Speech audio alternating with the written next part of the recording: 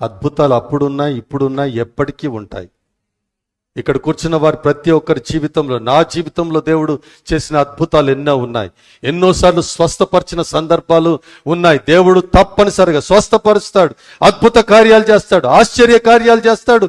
మనుషుల ఊహకు అందనంత గొప్ప కార్యాలు, డాక్టర్ల ఊహకు అందనన్ని గొప్ప కార్యాలు దేవుడు చేస్తాడు. అందులో సందేహము లేదు.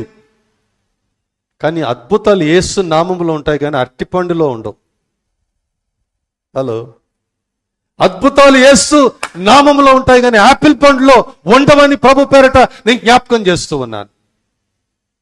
అద్భుతాలు యేసు నామములో ఉంటాయి.